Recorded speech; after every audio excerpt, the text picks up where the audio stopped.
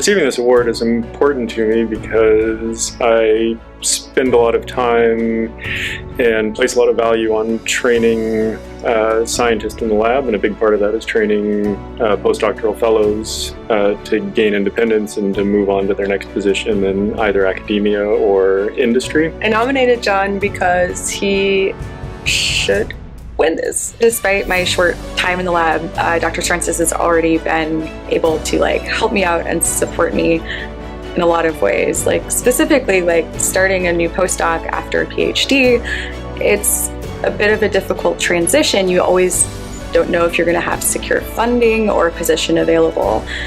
So when I reached out to Dr. Serences, interested in working in his lab, he was immediately both interested, and John was willing to work with me over long distance on many drafts of this grant application.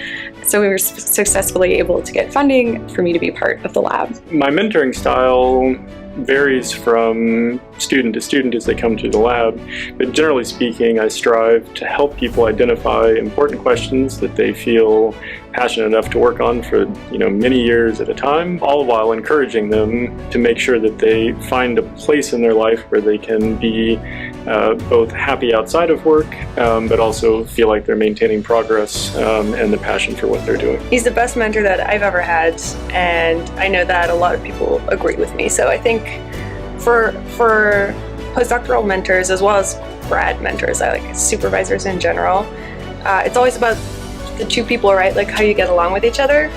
And so it can be hit or miss. So even a very good mentor can sometimes have students that they don't get along with, but I would say John's hit rate is almost 100%. One of my favorite things about John is the supportive and collaborative environment that he really fosters in the lab. What stands apart from his lab relative to other labs that I've seen is that there's a real sense of community and almost family in the lab. One specific time last year after Christmas with the lab, we wanted to have a tree burning event, and he let me borrow his truck, which he shouldn't have because I got it stuck in the sand on Fiesta Island almost straight away.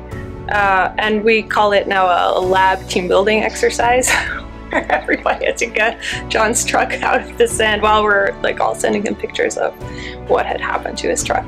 As they consider their next career move, my advice for postdocs is generally to seek out a position that you can see yourself making a long-term impact in the field that you choose to pursue. And while they're finding the field that they're most passionate about, they need to find a position that suits their particular work-life needs so that they can ensure that they have enough time to maintain productivity and to stay excited about what they're doing at work, all while having a fulfilling life outside of work and ensuring that they don't get burned out, which is easy to do. One of the things that really sets John apart, besides being kind of famous in the field, and he's a big shot, but despite that, and he travels a lot as well, he's still very present in the lab. A thing he does which really surprised me is that he will actually code still with us, with his postdocs and with his grad students.